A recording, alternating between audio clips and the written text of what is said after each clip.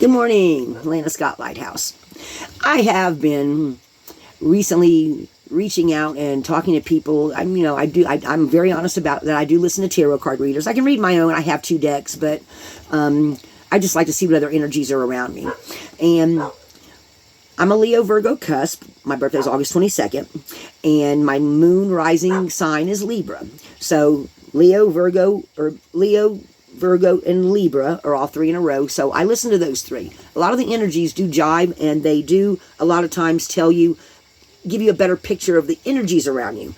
Mine, they're always general readings unless you have somebody specifically do a reading for you or do one of your own. So the energy around you can be general. Some things will apply, some don't. Okay? And everything is energy, folks. I mean, everything. From the air you breathe to the trees grow, everything around us is all energy. It breaks down to energy. And one of the things I'm seeing that just breaks my heart is when I hear people talking about having cheating spouses, staying in a relationship where you know your husband or your wife is cheating and you have young children. You and your children do not deserve that. Been there, done that. Speaking from experience. I am a storyteller. Been there, done that. And have actually done it myself. And when I was young and dumb and stupid, had a good man, and he was gone a lot, and I was bored, and I did things I shouldn't have done. I'll be the first one to say, I do not have a clean slate. But I have more than made up for it in relationships after that where I realized that I was wrong. Okay? And we're not going to go into my past, but if you're in a marriage you've been into for 10 years and you find out your husband's cheating and you're not happy, your kids can sense that. Even if they don't know what's going on. And if you can't resolve it, if you, let's put it like this. There is no sense in staying in a marriage anymore or a relationship if somebody no longer values you, even if they still love you. If they don't value you anymore, what does that tell you about especially how the negative feelings it brings up for you? There is no sense, and life's too short, guys. I'm 59 years old, and I'm still trying to figure out where they all went. My kids are all grown. My grandkids, I have a couple of grown grandkids, and I think my youngest is 6, and my oldest is 30. Or 29. Sorry, Kira. But, life's too short, guys. If you're in a marriage where somebody no longer loves you and they're not treating you right, it's not fair to you or your children. And rather you're a man or a woman, it's not fair. And if you love the person enough and they come clean and y'all decide to get counseling together and you both go to counseling and really try to fix it because there's still enough love there, by all means do that. I'm not saying go and destroy your marriage because you think someone's cheating. I mean, if you're talking about I forget what the word is, but beyond a shadow of a doubt.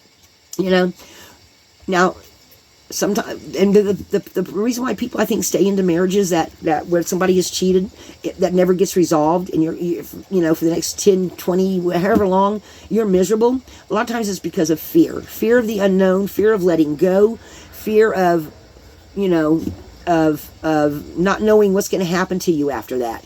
And I stayed in a 9-year relationship with a man that wasn't home a lot. I never cheated on him. I never did anything wrong. He cheated on me, so I kind of got some karma back for that. But after the 3rd time, I didn't care what was going to happen. When I had a friend call me and tell me he was bragging about it, which really wasn't his style. I think her husband was telling her about it, and they were bragging about it. He was bragging for him, I guess. I told him, come home, pack your stuff, and leave. And his mom at the time was one of my best friends, and she has since passed.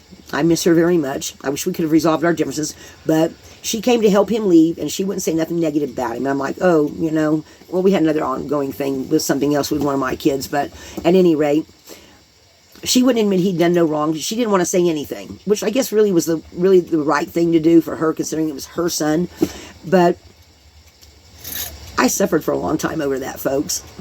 And then I met Will, and a lot of people that, if you've been watching my channel, William Ard made the 5 years I was with him before he died from cardiac arrest in 2020. He more than made up for every negative thing from the relationship before that. He never cheated on me. He was good to me. He loved me. I still can cry over him. We're not even going to go there because I'll start crying again. And it's been over 2 years, but I still miss him because he made up for every negative thing that the one before that ever did.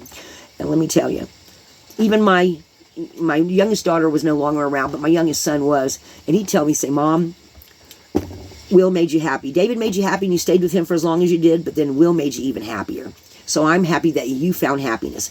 Your kids, even if they don't know what's going on and they're small, they don't deserve to be in a family where because the kids will see all that stuff, even if you're not openly fighting, and you deserve more than that.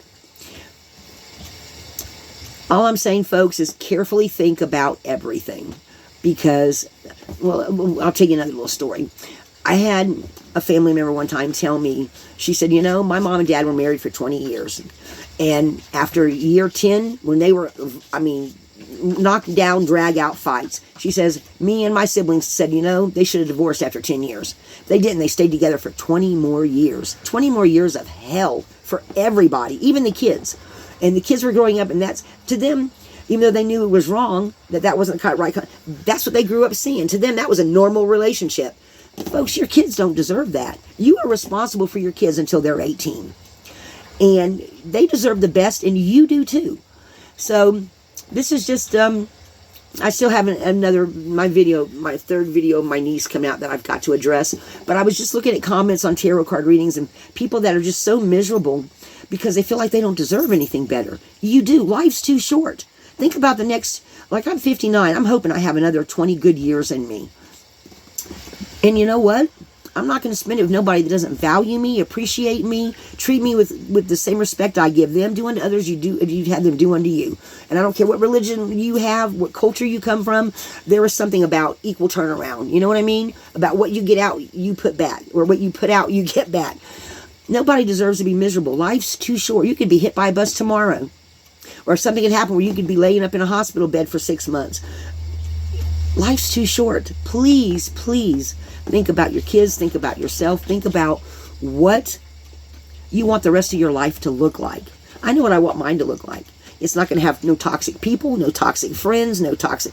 In the past 2 years, I have kicked over 20 so-called friends to the curb. Because I got tired of the way they talked about me behind my back, the way they treated me, disrespect, the way they came in my home and didn't have a cup of coffee. And in a minute I turned my back, they're putting things in their purse or having one of their friends sneak something out of my house. Those aren't friends, people. And if you have somebody that says they're loving you to your face and then behind your back they're doing something else, that's not love. That is not love. You deserve better. Your kids deserve better. And that's my message for today. Think carefully of how you want the rest of your life to go. Because all the fear in the world isn't going to change anything. And life's too short. And that's, I think, what the title of this video is going to be, is life's too short to live in agony and emotional and mental and for some people physical. Because there are physical abusive relationships out there. We all know they're out there. We hear all the time about somebody, man or woman, because there's women that are can be abusive too. We hear all the time about somebody who got killed by their spouse or something was said because instead of getting a divorce, they did something stupid. Or somebody committed suicide because they didn't want to stay in it no more. Whatever. Nobody deserves to have to want to end their life either because their relationship is not a happy one. You deserve it. Every human being on this planet deserves to be happy, to be able to survive, to have people value them, respect them. We all deserve that. Lana Scott, Lighthouse.